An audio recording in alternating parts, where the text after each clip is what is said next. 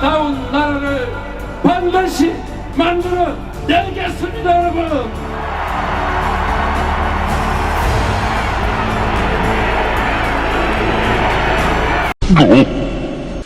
지금은 누구를 위해 싸우고 있는 것인지. 이재명 당대표께서 지난 8개월간 보여준 모습은 국민을 위한 정당의 대표도 당원을 위한 정당의 대표도 아니었습니다. 당은 계속 분열되기만 했습니다. 당내 민주주의가 철저히 망가진 비참한 모습입니다. 당원과 국민은 민주당의 반성과 혁신을 기대하며 이재명 대표를 뽑았습니다. 국민들은 이재명 대표에게 정치 개혁과 유능한 민생을 요구했지만 지금 이재명 대표는 방탄을 위해 당을 위기로 몰아넣는 이기적인 모습만 보여줄 뿐입니다. 민주주의를 위해 죽음도 불사했던 민주당의 김대중은 그러지 않았습니다. 3당 합당 때 홀로 손을 들고 반대 의견이 있다고 말했던 민주당의 노무현도 그러지 않았습니다. 죽음을 겁내지 않고 폭정에 저항했고 소수 의견도 존중받는 정당을 만들어야 한다며 민주주의를 지켜왔습니다. 이재명 대표께서 결단하십시오. 국민이 지켜보고 있습니다. 이재명 대표가 두려워해야 할 대상은 검찰이 아니라 국민이어야 합니다. 그래서 이재명의 민주당이 아니라 민주당의 이재명이어야 합니다. 그래야만 우리 국민들께서 다시 민주당에 힘을 실어주실 것입니다. 그래야 이재명 대표가 국민을 위해 일할 기회를 가지게 될 것입니다. 지금 이재명 대표께 필요한 것은 사직생의 결단입니다. 잃어버린 신뢰를 회복하는 길은 오로지 희생밖에 없습니다.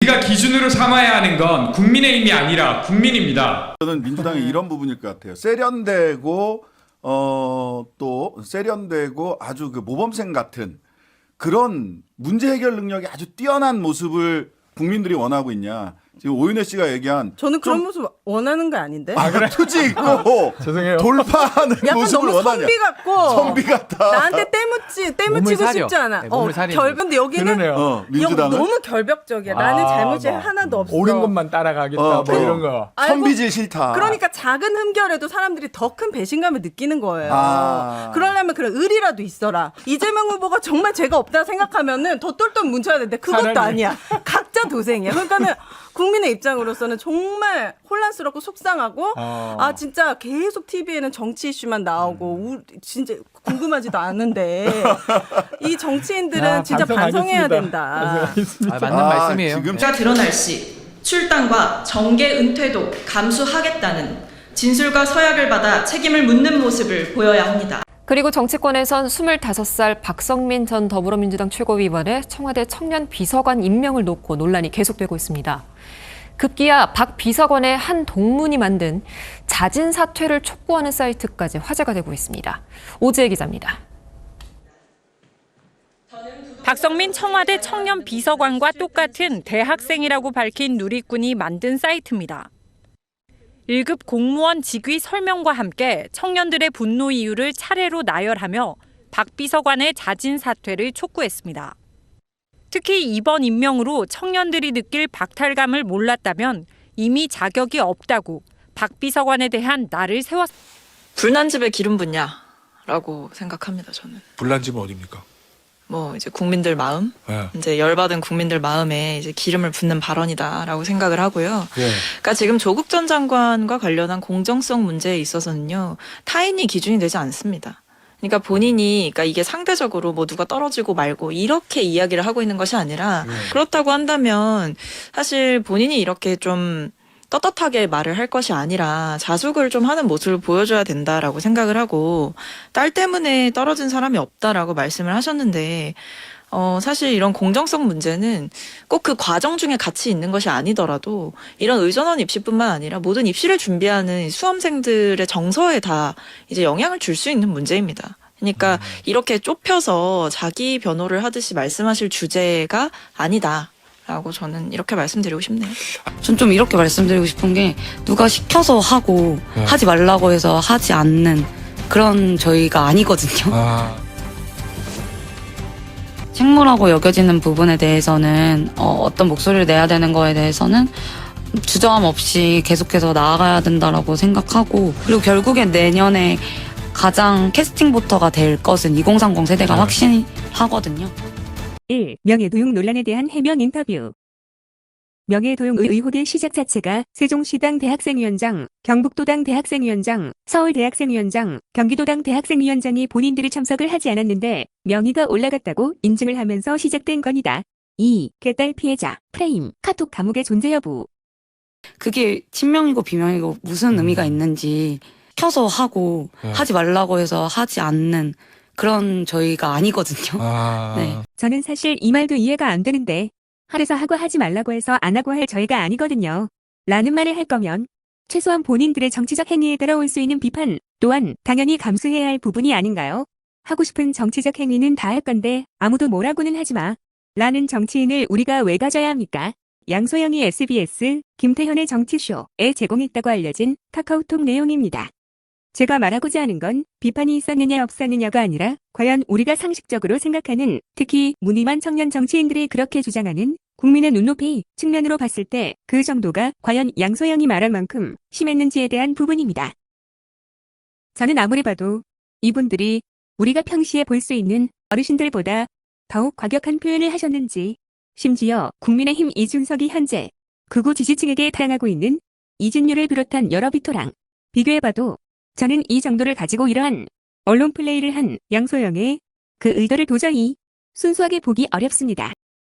민주당 상황은 셔터 내리기 직전이라고 생각합니다. 너무 지연 나름 여기저기 다니는 것 같은데 안타까워서 본인이 추구하는 노선에 맞는 열차를 타야 하는데 그 열차는 속도가 느리니 빠른 열차의 노선을 맘대로 비틀어서 종착지를 바꾸려는 그런 얕고 어리숙한 너의 수작을 너랑 동갑인 나도 아는데 훨씬 경험 많은 대다수의 국민께서 모르시겠니?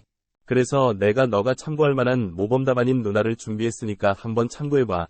내로남불 이야기 하기 전에 가상자산 전수조사 여당이 먼저 적극적으로 나서서 받고 국토위, 기재위, 정무위 위원들 중에 대주주라거나 다주택자 같은 부분에 대해서도 싹 다 확인을 해서 이해충돌 소지를 완전히 없애자라는 제안을 국민의힘에 좀 드리고 싶습니다. 이제 하고 싶은 얘기는 이때다 싶어가지고 언론에 나와서 저는 다릅니다. 저는 기존 민주당 것들과 다른 새로운 참신한 사람입니다. 이런 식으로 어필하는 게 과연 맞냐 이거예요. 민주당 도움 받을 때 다 받습니다. 분위기 좋을 때는 뭐 문재인 대통령 사진 찍고 이재명 대표 사진 찍고 그런 사람들이 좀 분위기 안 좋아지면 거리두기 하고 나는 저 사람들과 다릅니다. 라고 하면 이게 과연 맞냐 이거. 이재명 대표의 리더십에 온전치 못함으로부터 비롯되는 것인 만큼 이재명 대표의 거취에 대한 그 정리가 필요하다고 줄곧 얘기해 왔는데요. 그 입장은 여전히 이재명 대표가 빨리 그 진퇴를 결정해서 물러나도록 하는 것이 당을 본인도 그렇고 당을 위해서도 그것이 맞다고 생각합니다. 이재명 대표가 거취를 결정해야 그 얘기는 이재명 대표가 내려와야 당이 정리되고 혁신이 뜨고 뭐가 될 것이다 이런 말씀으로 들려요? 그 얘기예요? 이재명 대표가 사퇴 좀 더 분명히 말씀드리면 이재명 대표가 사퇴를 하루라도 빨리 해야 될 것이고 그런 다음에 무슨 원내대표가 대행을 하면서 다른 인물들을 찾든지 어떻게 하든지 혁신을 꾸리든지 뭐 하지. 지금 이재명 대표의 영향력이 막대하게 미치는 이 상황 속에서 알겠습니다. 당내 강성들도 득세하고 있고 알겠습니다. 뭐 팬덤이 득실거리고 있고 공격하고 이런 상황에서 온전하게 그 혁신의 리더십이 있을 수 있겠습니까? 여기까지요. 아미하고 관계해서 아미도 비슷한 어떤 공격적이고 적대적인 그런 팬클럽이 이었습니다. 아, 그랬나요? 근데 BTS가 상당히 오랫동안 노력을 하면서 아미와 소통하면서 아하. 이 문제가 해결돼서 지금은 아미는 전혀 공격하지 않으면서 팬덤을 유지하고 있는 아주 글로벌 모범 사례가 됐어요. 그 이재명 대표도 BTS처럼 그 팬덤을 그게 좀 가능해요. 근데 이거는 그냥 팬덤 내지는 어떤 그 강성 지지자들한테 니들 잘해라 이렇게만 얘기한다고 될 문제가 아니고 계속 소통하면서. 정치인들과 지도자들이 엄청나게 결단하고 노력을 해야 됩니다. 이게 BTS랑 이재명은 좀 다르거든요. BTS는 정말 좋아하는 거고 이 개딸들 같은 경우에는 이재명이라는 사람을 좋아하는 건 아니에요. 이재명이라는 수단을 통해서 일단 저쪽에 대한 혐오, 증오의 감정들을 표출하는 유력한 수단으로 좋아하는 거기 때문에 그건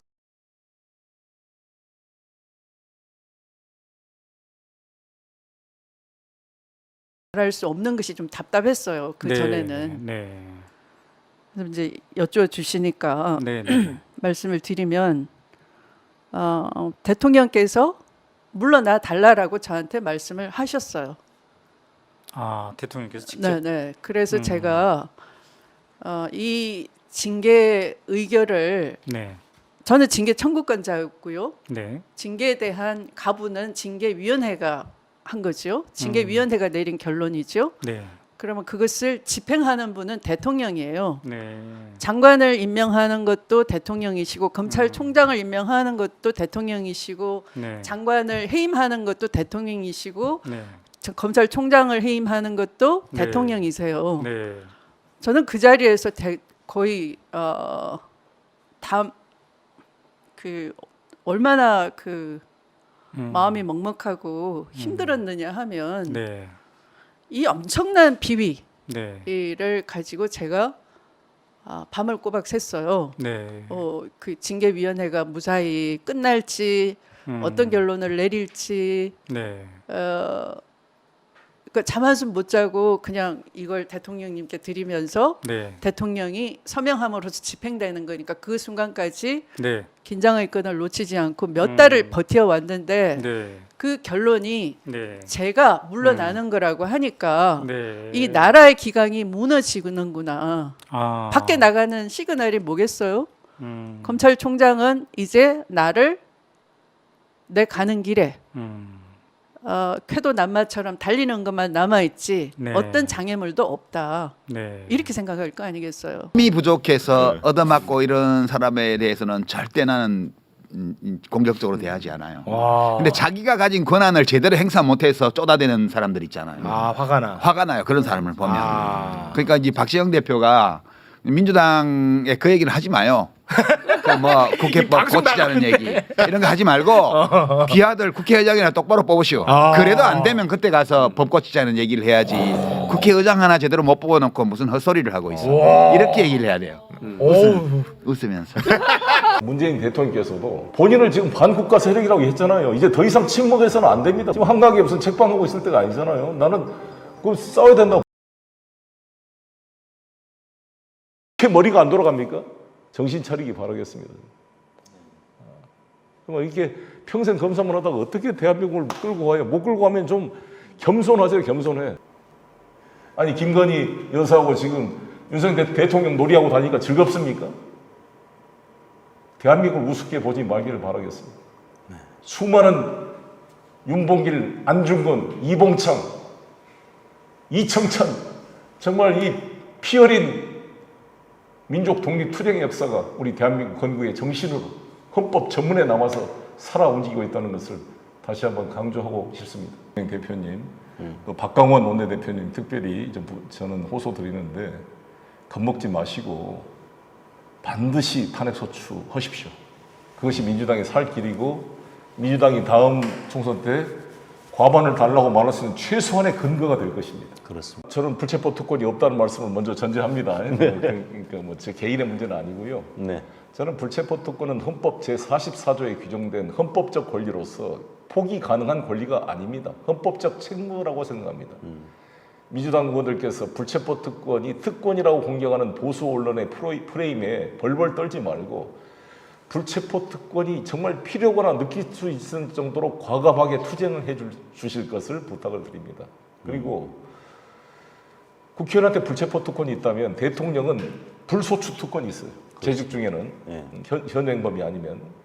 근데 이 불소추 특권을 자기뿐만 아니라 자신의 부인과 장모, 가족 전체로 지금 확장을 지금 해서 지금 이 특권을 누리고 있잖아요. 이 대통령뿐만 아니라 그 가족들의 불소추 특권을 누리고 있는데 이에 대해 싸워야 된다고 보고요. 두 번째, 검사들은 사실상 불기소 특권을 가지고 있잖아요. 그렇죠. 그러니까 적어도 나는 이재명 대표께서 이번에 본인은 불체포 특권 포기하겠다 이것을 잘했다고 박수만 치는 그런 사람도 있겠지만 저처럼 눈물을 머금고 결단으로 이해하지만 제도로서 불체포 특권은 끝까지 이 싸움의 무기로 갖고 싸워야 되고 본인 개인의 불체포 특권 포기는 나는 인정한다. 하나의 투쟁의 방법으로. 이재명 대표가 불체포 특권을 내려놓는 것은 이게 투쟁의 선언이잖아요. 나를 그렇죠. 구속시켜라. 그러나 나도 특권 내려놓을 테니까 검사들의 그런 지금까지 탄핵 소추를 한 번도 안 당한 불기소 특권의 파열구를 내야 의미가 있잖아요. 나만 무기 내려놓고 저쪽은 그대로 있는 그런 투항주의적 태도는 안 된다. 제가 이걸. 대표님, 검찰하고 싸우는 법정에서 하십시오. 공개 석상의 모습을 드러낸 김은경 혁신위원장. 시작부터 뼈 있는 말을 쏟아냈습니다. 자리에 연연하고 기득권 옹호하며 공사를 구분하지 못하는 행태에 대한 성찰과 처방책이 필요한 시기입니다. 통렬한 반성과 대가가 따라야 할 것입니다. 누구도 체포동의안 가지고 문제 삼은 적이 없어. 내가 알기로는. 왜냐하면 국민의 한 60-70%가 이 윤석열 정권에 대해서 혐오하기 때문에 윤석열과 잘 싸우면 되는 거지 체포동의안이 뭐가 문제냐 했는데 그 유리한 상황에서 갑자기 김은경 혁신위원장 오더니 나오자마자 한 게 체포동의안 가지고 시비 걸어서 완전히 한 달 동안 무력화시키지 않았습니까? 그 무력화시키는 과정에서 반발이 있으니까 이제 이 총구가 절로 가야 될 게 내부에서 계속 치고받고 있었어요. 네네 맞아요. 그 양평하고 그 김건희 뭐 명품 쇼핑 가지고 총 공격으로 밀고 가야 될 타이밍에 또 본인이 사고 쳐가지고 이 노인표라는 문제 같은 경우는 저쪽 여당에서는 굉장히 중요한 문제거든요. 그게 노인 결집이 되기 때문에. 그러니까 한마디로 2달 동안에 오늘 갤럽에서도 또 민주당이 국힘보다 1% 뒤지는 조사가 나왔고. 아 이런 와중에. 이런 와중에. 와. 2달 동안 그 유리한 이슈를 다 밀고 가는 상황에서 지지율이 여당한테 뒤져진 거야. 혁신이. 내가 볼 때는 혁신이 말고는 없어 요소가. 혁신이만 꾸리지 않았으면요. 자, 그럼 불체포 특권 그대로 가지고 있겠죠. 그럼 이성만, 윤관석 지금 또 어떻게 영장 치겠습니까? 이미 불안했는데. 그리고 이제 돈봉투 20명 어떻게 영장 치겠어요? 이재명 대표 영장 뭐가 문제가? 이걸 지금 성문을 다 열어주고 이제 앞으로 줄줄이 다 끌려가야 돼가지고. 지금 검찰 이 정권에 나는 이 불체포 특권 포기나 이런 한가한 소리 하는 사람들한테 하고 싶은 이야기가 이게 지금 정상적인 자유민주주의 체제로 봅니까? 이 시대를 거의 삼권 분립이 무너지고 헌법이 수시로 위반되고. 아니 윤석열 후보가 대통령이 170석을 얻겠다고 사석에 말했다는 거 아닙니까? 네. 아니 생각해 보십시오. 노무현 대통령이 열린 우리당을 돕고 싶다 말 한마디 했다고 탄핵 소추가 됐습니다. 네. 탄핵 소추감 아니냐고. 이낙연 돌아왔죠. 이낙연 돌아와서 이 면담하는 과정에서 갑자기 이재명 대표와 만나서 10월 이재명 사퇴설이 나오더니 장성철이 팍 터뜨리면서 이재명 10월 위기설이 나오더니 생각은 본인이 있으면 내년 총선이 어려울 수도 있다라는 생각 때문에 그만두겠다라는 생각은 이재명 당대표가 갖고 있는 것 같다. 그러니까 이게 막 보면 어떤 분들은 막 뭐 내가 어느 의원한테 전화해서 물어보고 누구한테 전화해서 물어봤더니 다 아니라 그런다. 장성철이 소설 쓴다 그런다. 당연히 그분들은 그렇게 판단할 수밖에 없을 거예요. 근데 저는 정치권 25년 있으면서 그런 분들하고 같이 술도 먹고 밥도 먹고 여행도 가고 제가 먼저 정보 주기도 하고 정보 받기도 하고 이렇게 신뢰관계가 쌓이니까 뭐 이런 일 어제는 어떠한 민주당 쪽 분이 이런 일을 은밀하게 진행돼야죠 라고 얘기를 하던데 저는 그 정도의 논의를 할 수 있는 분들까지 다 저랑 연결이 되는 거예요. 그런 25년 동안 신뢰관계가 그렇죠. 있으니까 정말. 맞습니다. 정말 눈물겨울 정도로 밤새도록 술 먹기도 했고 막 같이 욕하기도 하고 그런 것들이 쌓여가지고 신뢰관계가 마련된 거거든요. 근데 무슨 어떤 기자가 아니면 평론가가 의원한테 전화했더니 아니랜다 이걸 가지고 저를 막 비판하는 분들도 있던데 저 솔직히 답답한 부분은 있어요. 그냥 속 시원하게 그 자리에서 김두관 의원은 무슨 얘기했고 이재명 당대표는 무슨 얘기를 했고 뭐 이런 얘기 쭉 해드리고 싶은데 뭐 본인들이 또 아니라고 그러고 또 다른 파장이 있을 거니까. 네. 유인태 씨가 또 튀어나와요. 10월이 아니다. 12월이다. 12월에 결정 났다. 이재명 그만둔 걸로. 비명, 친명 다 합의됐다. 이재명 대표 10월 사퇴설 돌아가는 이야기 들으셨을 텐데요. 그건 뭐 조금 발설한 사람이 좀 정보가 별로 정확하진 않은 것 같고 연말쯤에 가서야 그 대개 총선 이제 국면으로 접어들어요. 네. 그럼 그때 가서 어떻게 이제 그 뭐 비대위로 갈 거냐, 뭐 어떻게 할 거냐 얘기는 그때 나오게 대체적으로 12월까지 예산 끝날 때까지는 그냥 이재명 거취에 대해서 논하지 않고 네, 그 후에 한다는 게 전 그런 공감대가 뭐 친명이고 비명이고 간에 대체적으로 그런 공감대가 이루어져 있는 걸로 알고 있어요. 그렇게 알고 계십니다. 자, 1년의 혁신 모습 쫙 보십시오.